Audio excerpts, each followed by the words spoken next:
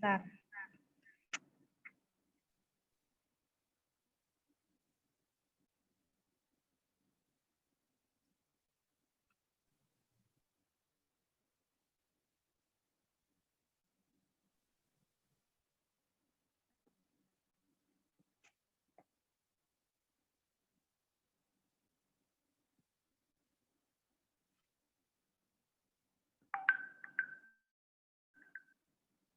Ibu kirim ke grup ya ininya, ID-nya.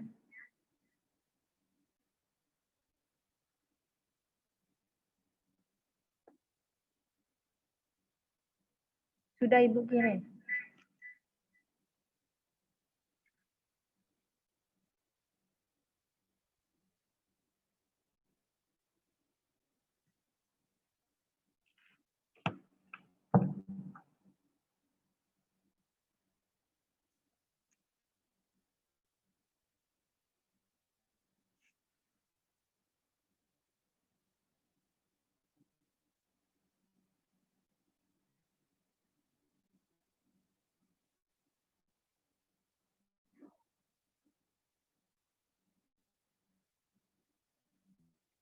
Ya, kita mulai ya. Selamat pagi semuanya.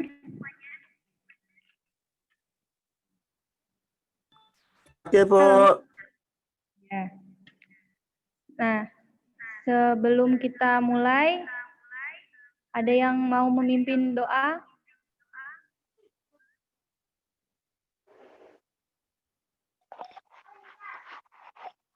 Ada? Ketua kelasnya siapa?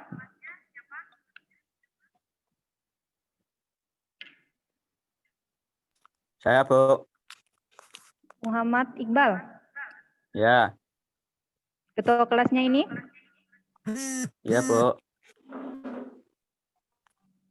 Ya, silahkan.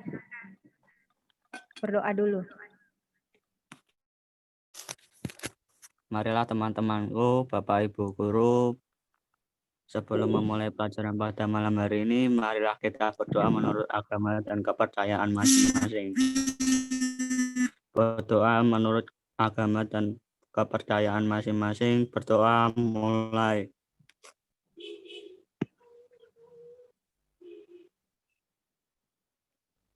Berdoa selesai.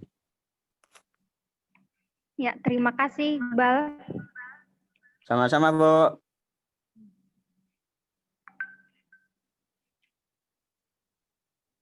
Ya, Ibu mulai saja ya. Jangan lupa di screenshot untuk absen di setelah pelajaran nanti.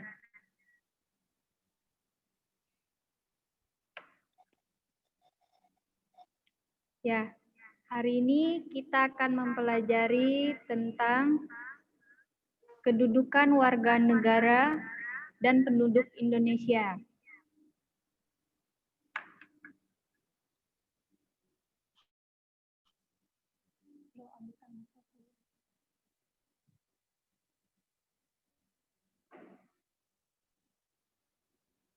Ada yang tahu ini gambar apa?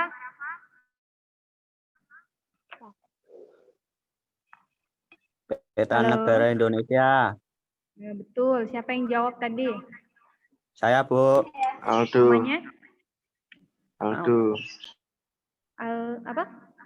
Alsyufi Aldo. Aldo. Oh, Aldo. Alsyufia. Ya.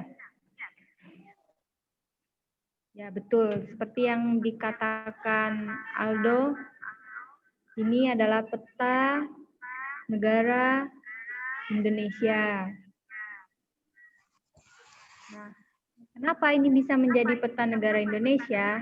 Nah, mari kita pelajari bersama. Nah, sebelum kita lanjutkan, ada nggak sih yang tahu mengapa perlu menjadi warga negara? Ada yang bisa jawab? Kenapa sih kira-kira kita tuh harus menjadi warga negara?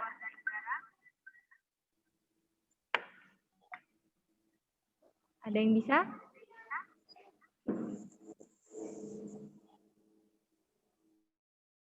Halo? Belum bisa?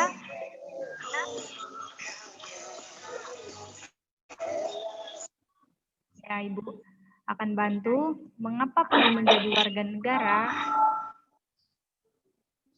Itu sebagai identitas. Kalau kita tidak menjadi warga negara di suatu negara, kita tidak memiliki kewarganegaraan. Jadi makanya perlu menjadi warga negara supaya ada kejelasan. Lalu, mengapa adanya legalitas hukum menjadi warga negara? Nah, ini apa artinya legalitas? Ada yang tahu? Belum? Kalau kita jawab belum.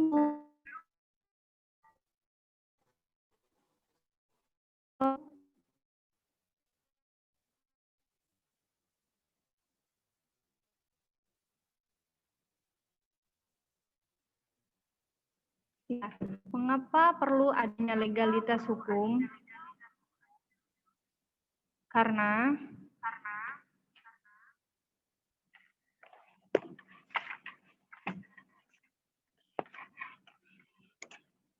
legalitas itu adalah suatu jaminan dasar bagi kebebasan individu dengan memberi batas aktivitas apa yang dilarang secara tepat dan jelas.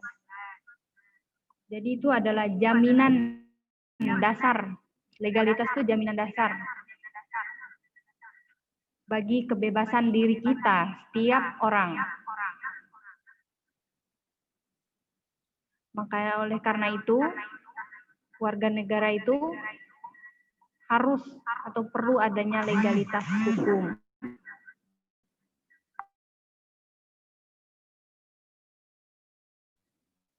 Ya, warga Indonesia.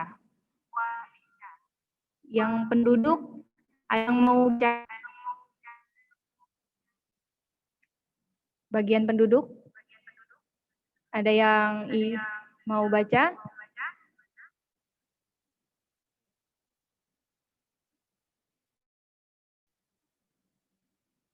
Coba atas nama Edwin Immanuel. Ya Bu, yang mana? Yang penduduk. Oh, penduduk orang yang bertempat tinggal atau menetap dalam suatu negara. Nah, penduduk adalah orang yang bertempat tinggal atau menetap dalam suatu negara. Contohnya, seperti kita yang sudah lahir di sini, mulai dari kakek buyut kita sudah berada di Indonesia. Nah, itu dinamakan penduduk. Karena kita sudah menetap sejak dulu atau bertempat tinggal. Lalu ada warga negara. Raya Tegar ada? Raya. Ya, Bu. Ya. Warga negara akan dibaca. Orang yang hukum merupakan anggota dari suatu negara. Ya, betul. Orang yang secara hukum merupakan anggota dari suatu negara. Jadi dia itu akui oleh hukum. Makanya dia bisa menjadi warga negara Indonesia. Karena dia mempunyai diakui secara hukum. Ada yang ingin ditanyakan warga negara? Belum?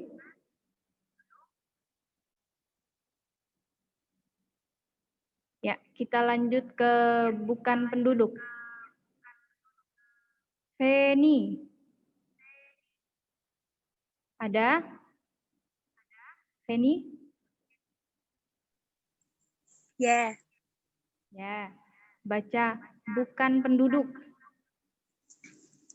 bukan penduduk orang yang berada di wilayah negara namun tidak berkeinginan untuk menetap di wilayah tersebut. Ya, terima kasih Penny. Nah, itu adalah dia itu hanya contohnya seperti turis. Dia itu cuma mengunjungi saja wisatanya. Nah, jadi dia masuk ke bukan penduduk.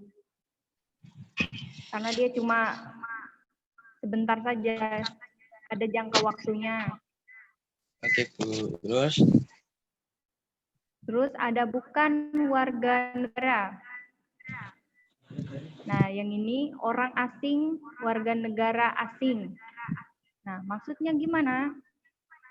Nah, ini adalah orang-orang yang mempunyai kepentingan di Indonesia seperti bisnis, kerjasama. Dia bukan warga negara, tapi dia hanya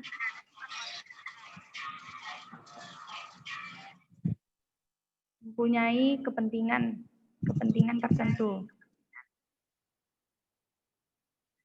Yaitu status warga negara Indonesia.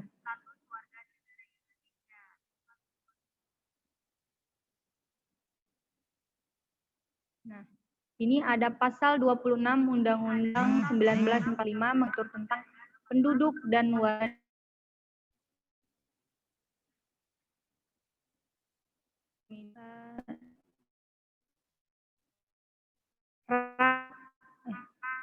Raka Prima. Ada,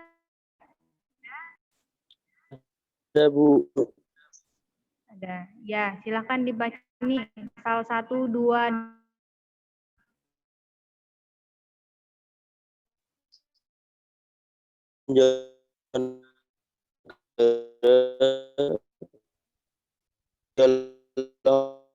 Orang bangsa berundang bagi negara, penduduk warga negara Indonesia dan orang asing yang bertempat tinggal di Indonesia.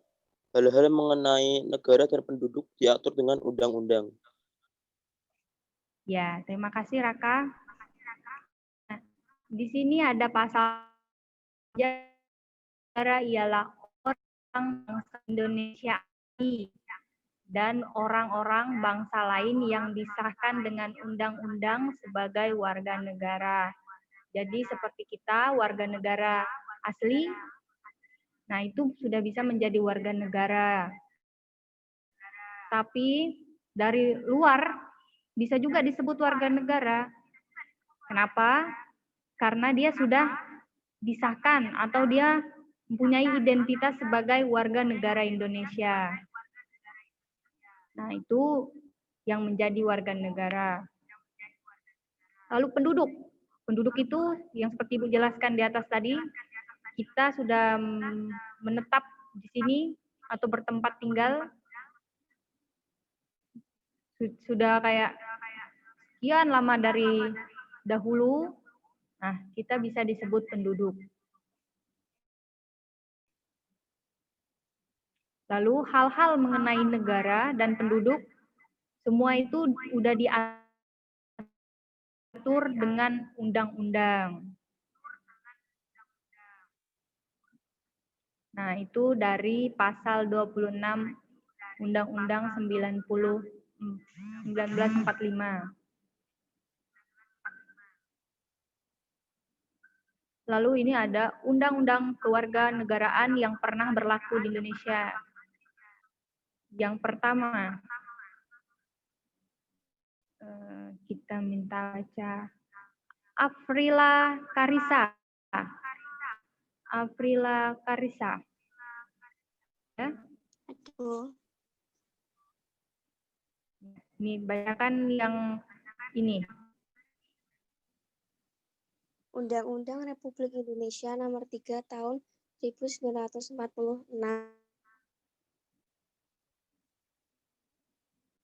Tentang tentang Ya. kewarganegaraan Indonesia. Ya, terima kasih Aprila. Lalu Harsika Citra. Ya, Bu. Nah, baca yang ini.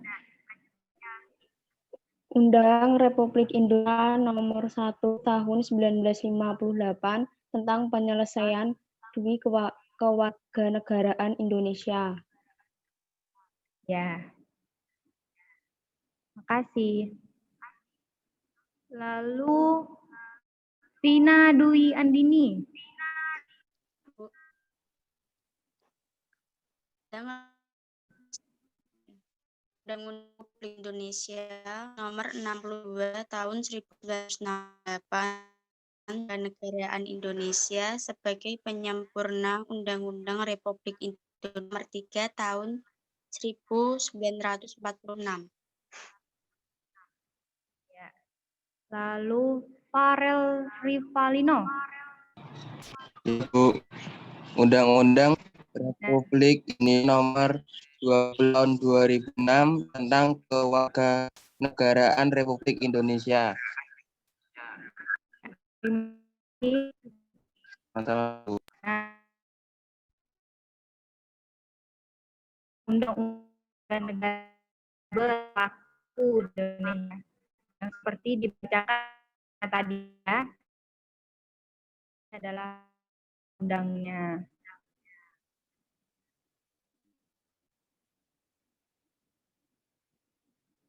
Nah, selanjutnya ada asas-asas kewarganegaraan Indonesia.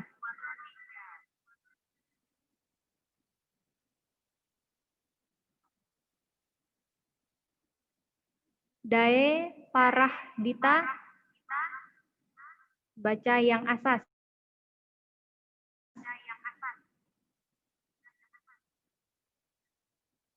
Dae Parahdita. Ada?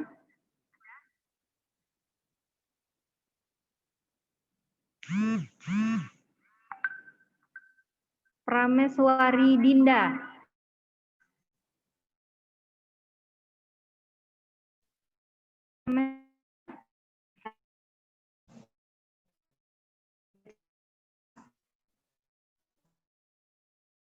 Asas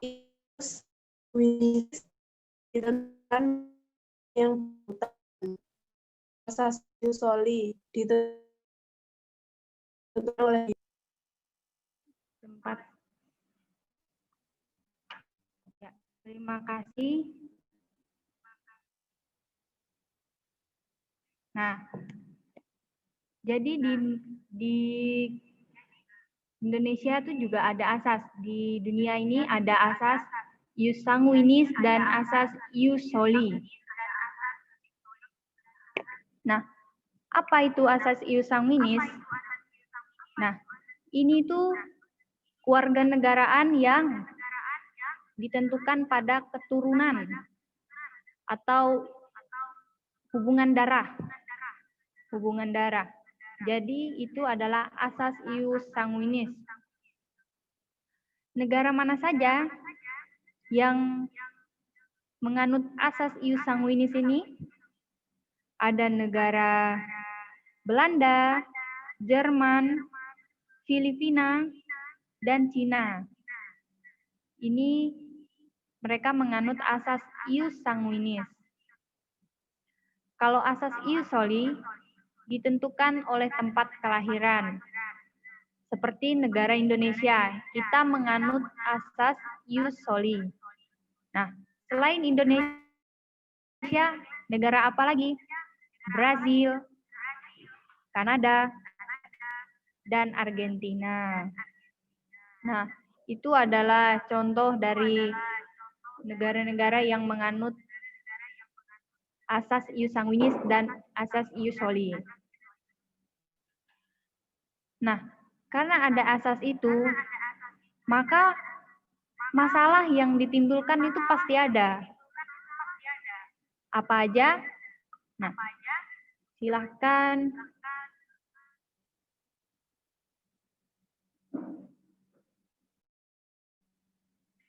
Harsika Citra. Ya, Bu.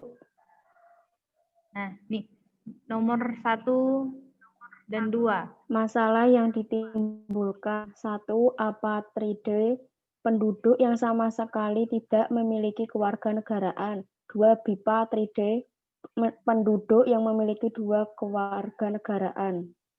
Ya. Nah, itu adalah masalah yang ditimbulkan. Apatride. Nah, penduduk yang sama sekali tidak memiliki kewarganegaraan. Contohnya, ada yang kenal artis Jennifer Lopez? Atau pernah dengar? Nah, dia ini mempunyai keturunan dari Brazil. Sementara Brazil itu menganut asas tempat kelahiran. Namun, dia lahir di tempat yang menganut asas ius sanguinis. Misalnya di Jerman, maka dia tidak memiliki kewarganegaraan. Dikarenakan dia mau mengikuti kewarganegaraan di Jerman, tapi Jerman tidak mengakui tempat kelahiran, mereka mengakuinya adanya hubungan darah, namun si Jennifer ini tidak memiliki hubungan darah dengan orang atau keturunan dari Jerman, maka dia tidak mempunyai kewarganegaraan dari Jerman. Sementara mau mempunyai kewarganegaraan Brazil, dia memiliki, namun dia dilahirkan di Jerman. Sementara di Brazil itu dia menganut tempat kelahiran. Nah, makanya muncul kasus tidak memiliki kewarganegaraan. Nah, kalau bipatride, penduduk yang memiliki 2 kenegaraan. Misalnya dia lahir, banyak contohnya seperti di Indonesia ini, orang Chinese. Dia lahirnya di Indonesia, tapi dia mempunyai keturunan Cina. Nah, dia memiliki 2 warganegaraan karena dia lahir di tempat yang memiliki asas ius soli berdasarkan tempat kelahiran. Namun dia juga negara Cina itu menganut asas ius sanguinis pada keturunan. Nah, maka ini muncul 2 kewarganegaraan. Nah, bagaimana, apakah dia harus tetap punya 2 kewarganegaraan? Tidak, dia pada usia 17 tahun, dia berhak memilih untuk mengikuti kewarganegaraan yang mana. Nah, itu adalah asas-asas kewarganegaraan Indonesia dan masalah yang ditimbulkan. Nah, ini asas kewarganegaraan menurut Undang-Undang Nomor 12 Tahun 2006. Seperti tadi ada asas ius sanguinis, asas ius soli, asas kewarganegaraan tunggal, dan asas kewarganegaraan terbatas.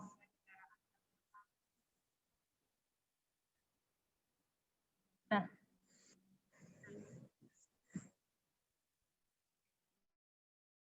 sini ada menentukan status kewarganegaraan sel aktif. Silakan.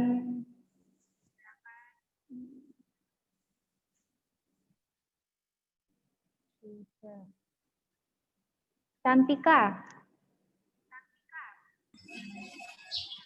Ada? Sel aktif seorang melakukan tindakan hukum tertentu secara aktif untuk menjadi warga negara atau naturalisasi biasa. Dalam sel aktif terdapat hak opsi, yaitu hak memilih suatu kewarganegaraan.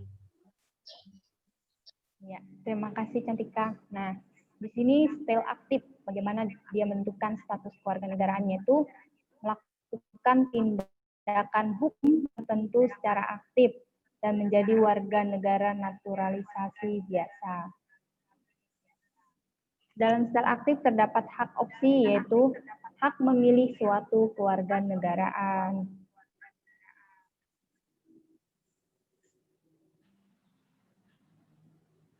PB Cahyaning. Ya, Bu. Ada? Ya. Ada.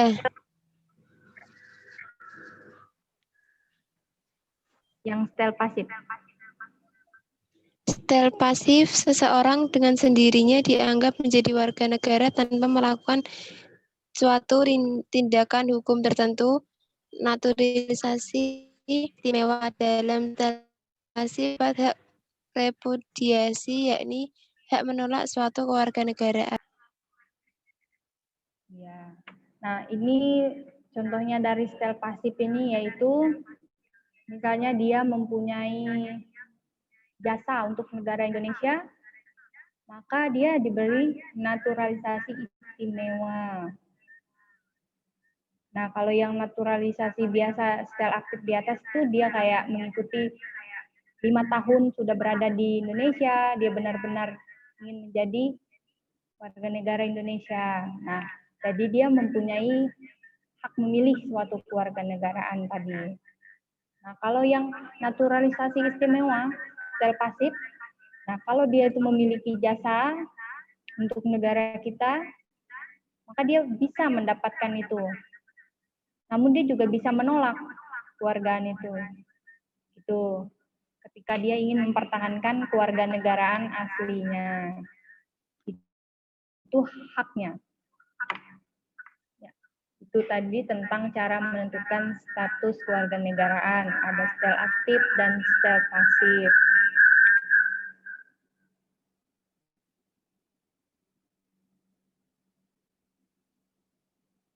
Nah, di sini ada syarat-syarat menjadi warga negara Indonesia atau permohonan kewarganegaraan.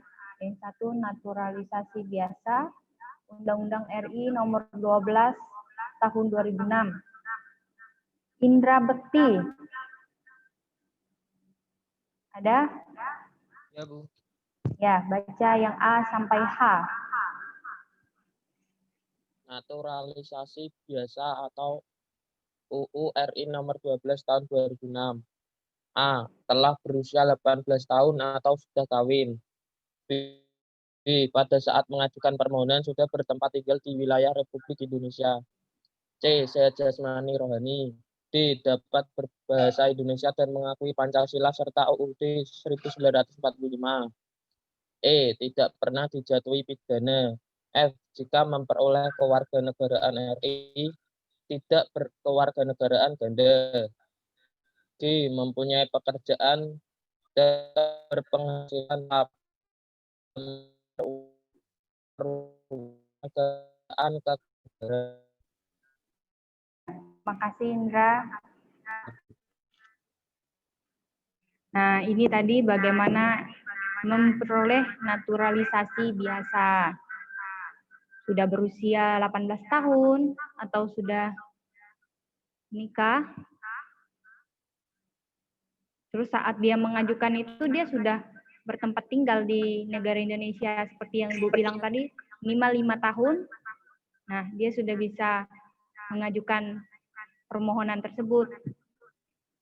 Sehat jasmani dan rohani. Ya, ini harus. Lalu dapat berbahasa Indonesia dan mengakui Pancasila serta Undang-Undang Dasar 1945. Ya, tentu kalau dia ingin menjadi warga negara Indonesia, dia harus bisa berbahasa Indonesia. Dan juga yang paling penting mengakui adanya ideologi Pancasila serta Konstitusi Undang-Undang Dasar 1945. Nah, ini paling penting ya, harus mengakui Pancasila dan Undang-Undang Dasar 1945. Lalu dia menjadi warga negara Indonesia, dia tidak pernah dijatuhi pidana atau terkait kasus-kasus, misalnya kasus HAM-HAM berat ya, itu tak boleh.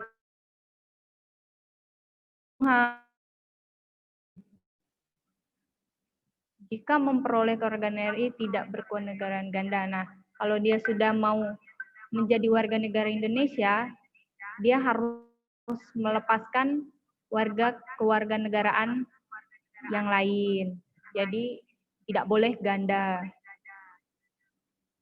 Lalu mempunyai pekerjaan dan berpenghasilan tetap. Nah, kalau mau jadi warga negara Indonesia, nggak boleh hanya datang saja, tapi dia juga sudah bisa berpenghasilan atau mempunyai pekerjaan.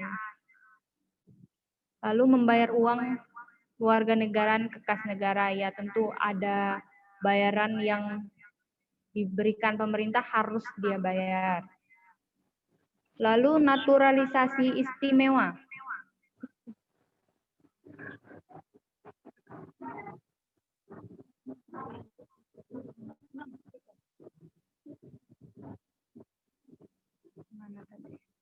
Rizli Zahra Salsa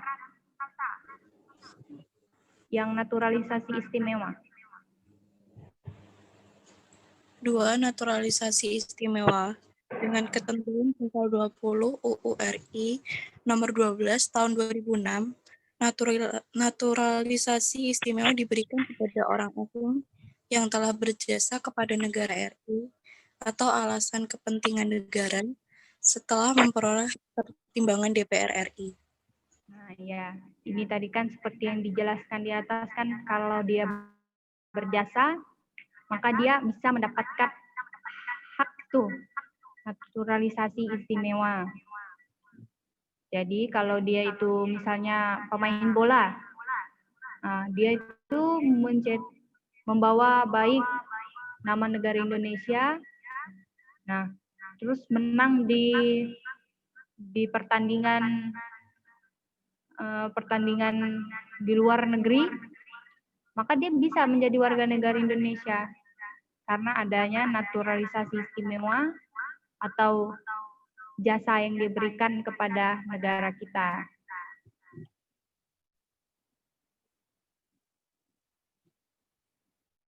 Nah, ini ada cara memperoleh kewarganegaraan. Muhammad Yusuf. Ada Muhammad Yusuf? Iya, Bu, hadir. Ya, baca ini. Semua, Bu. Ya, semua. Cara memperoleh kewarganegaraan. 1. Kelahiran, 2. Permohonan, 3. Perkawinan, 4. Ikut ayah ibu, 5. Pemberian, 6. Pengangkatan. Ya, terima kasih Yusuf. Ya, sebelum kita lanjut, Ibu mau tanya. Apakah di sini ada yang berketurunan luar negeri? Dari luar negeri? Ada? Tidak ada? Saya, Bu. Oh, dari mana? Dari Demak.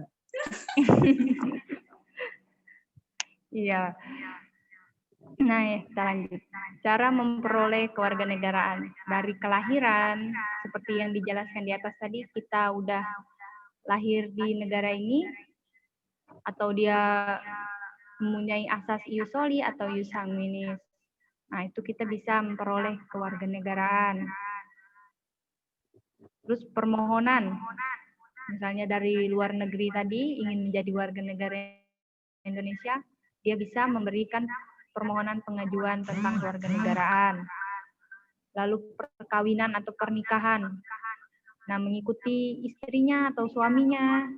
Nah, dia bisa juga mendapatkan kewarganegaraan. Nah, ini dia, ikut ayah, ibu. Nah, kalau misalnya ayahnya orang luar negeri, kalau dia mau ikut ayahnya bisa. Ibunya orang Indonesia, tapi dia mau ikut ibunya juga bisa. Pemberian ini seperti yang di atas tadi, naturalisasi istimewa. Pengangkatan juga dari pemerintah itu memberikan kepada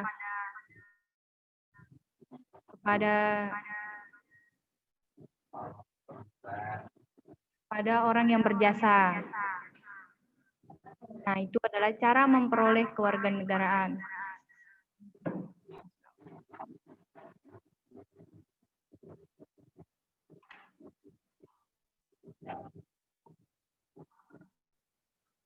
Nah, di sini ada penyebab hilangnya kewarganegaraan Indonesia.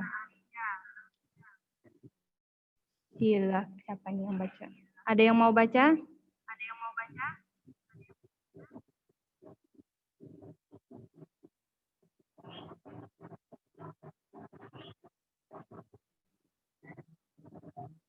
Sedikit sekali ya yang ikut.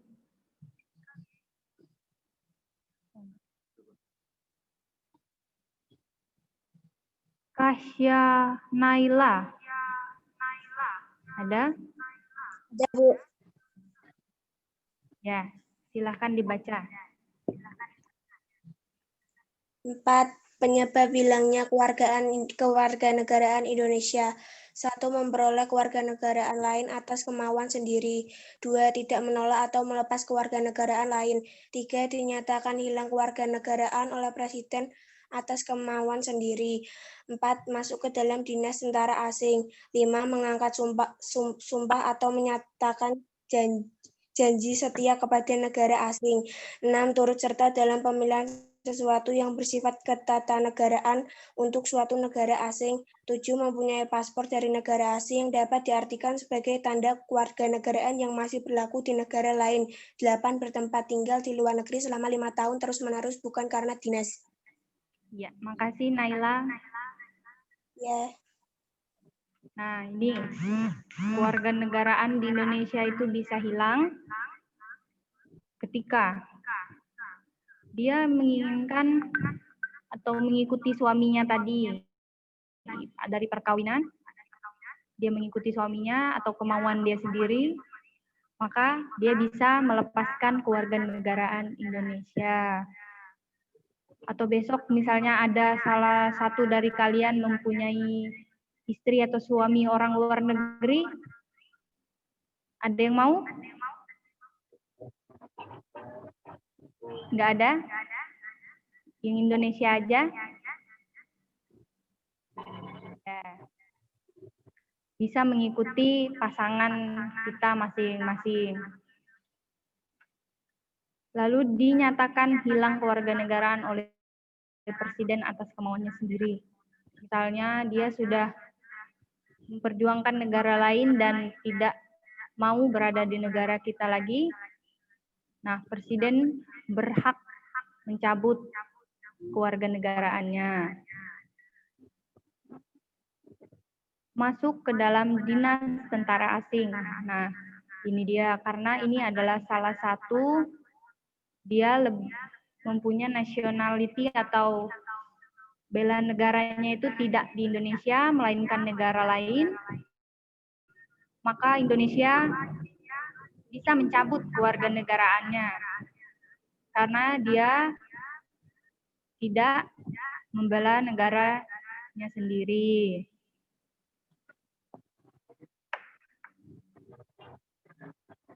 Mengangkat sumpah atau menyatakan janji setia kepada negara asing. Berarti bisa dibilang dia sudah tidak mengakui Indonesia dan dia berjanji untuk mengabdi kepada negara yang dia ikuti menjadi warga negaranya. Lalu turut serta dalam pemilihan sesuatu yang bersifat ketatanegaraan untuk suatu negara asing. Misalnya dia malahan mempunyai data atau mengikuti pemilu di Amerika misalnya. Nah, berarti kan dia adalah keluarga negaraan asing. Dan dia tidak bisa mengikuti hak pilih yang ada di Indonesia. Lalu mempunyai paspor dari negara asing yang dapat diartikan sebagai tanda kewarganegaraan yang masih berlaku di negara lain. Nah, ini biasanya ditemukan kalau orang sering keluar negeri atau melakukan perjalanan.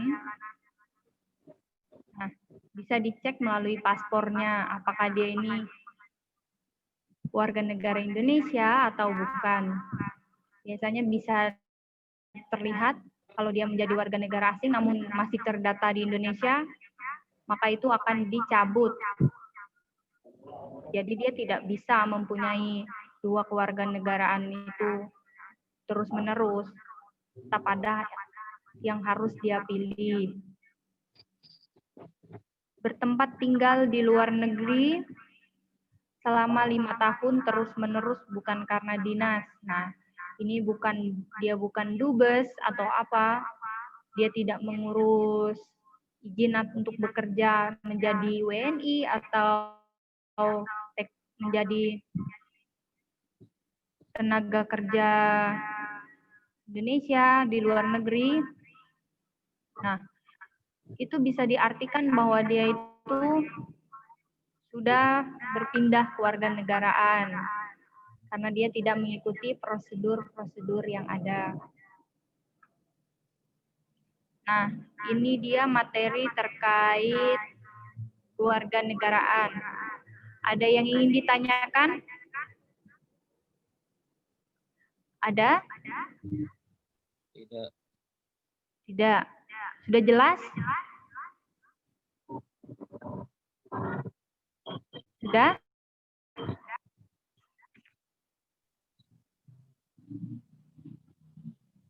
Sudah cukup? Halo? Sudah, Pak. Jangan lupa screenshot ya. Ya. Untuk absensi. Oke, Ikuti Bu. pelajaran. Ya.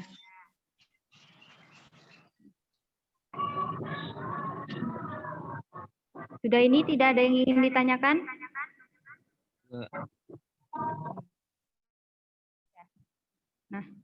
Nah, ini ada tugas yang harus kalian kerjakan. Nah, jadi di sini kan ada kasus kewarganegaraan ganda Manohara Odelia Pinot, terus kasus kewarganegaraan ganda Irfan Bahdim, kasus kewarganegaraan ganda Cinta Laura, kasus kewarganegaraan ganda Gloria Nata Pradia, terus kasus kewarganegaraan Acardar Tahar, Chandra Tahar. Nah, tugasnya ini diminta kasus kewarganegaraan apa yang dijelaskan dalam artikel tersebut, lalu solusi apa yang harus diberikan dari kasus kewarganegaraan. Nah, di sini kan ada 5 kasus. Nah, kalian bisa memilih dua kasus saja. 2 kasus saja, mau itu Cinta Laura dan Manohara, atau Irfan Bahdim dengan Gloria, acak aja, silahkan. Jadi nanti kalian cari artikelnya. Nah, artikelnya itu kalian taruh di Word. Kalian tulis artikel nomor 1 misalnya, kasus kewarganegaraan ganda Manohara Odelia Pinot. Nah, di bawahnya artikelnya tentang kasus ini. Lalu sudah kasus artikelnya sudah, lalu analisis 1, kasus kewarganegaraan apa yang dijelaskan dalam artikel tersebut, baru 2, solusi apa yang diberikan. Nah, jadi begitu ya. Cari artikelnya juga. Bisa kalian copy lalu taruh di Word. Jangan lupa nama. Kirimnya di email. Ini emailnya.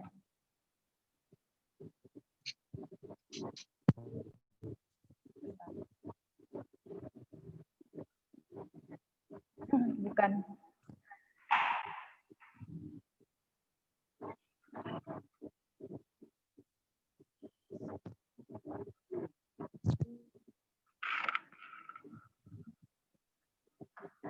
Nah, kirim ke alamat email ini ya.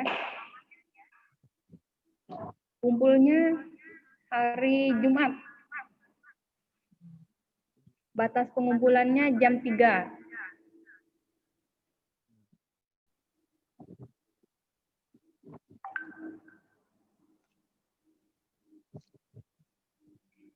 Ada yang ingin ditanyakan?